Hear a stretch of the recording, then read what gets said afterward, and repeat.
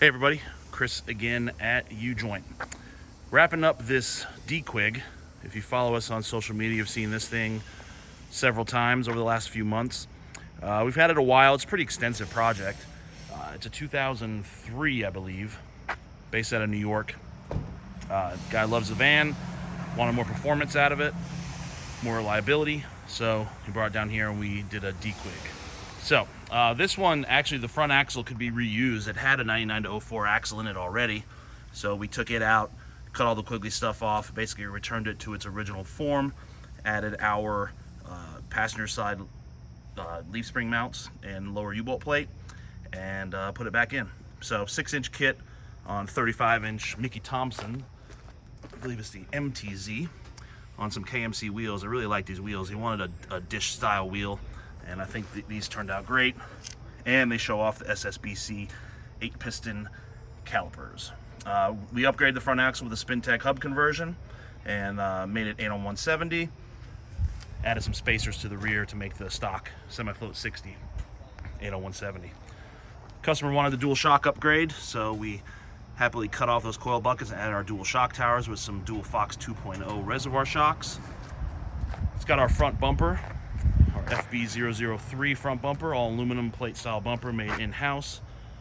The previous bumper already had a winch and the lights in it, so we just swapped all that stuff over. Sorry if everything's wet, I gave it a quick rinse before the video. Hood vents, we added these hood vents.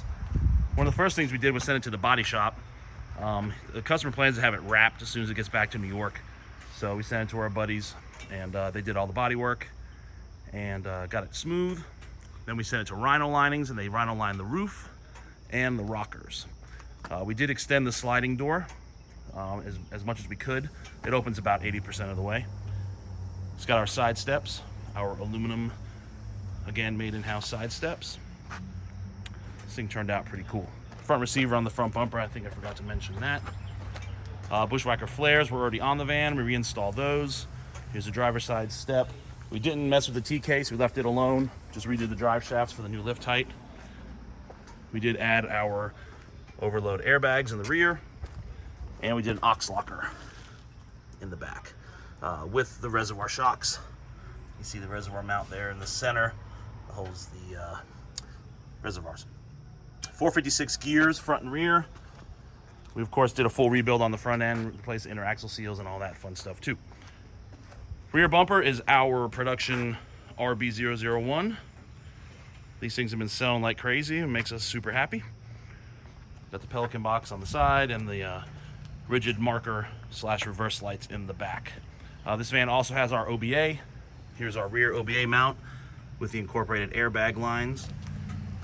We did an S-Pod to control all the lights. And I think that's it. Turned out pretty cool. I really dig the look of this thing.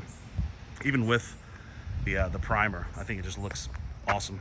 It's gonna look even better once he gets it wrapped. So, I think I covered it all. If you have any questions or comments, leave it in the comments or shoot me an email, chris@ujointoffroad.com. Be sure to follow us on Instagram and Facebook for daily shop updates. Hope everybody has a great day, and thanks for watching.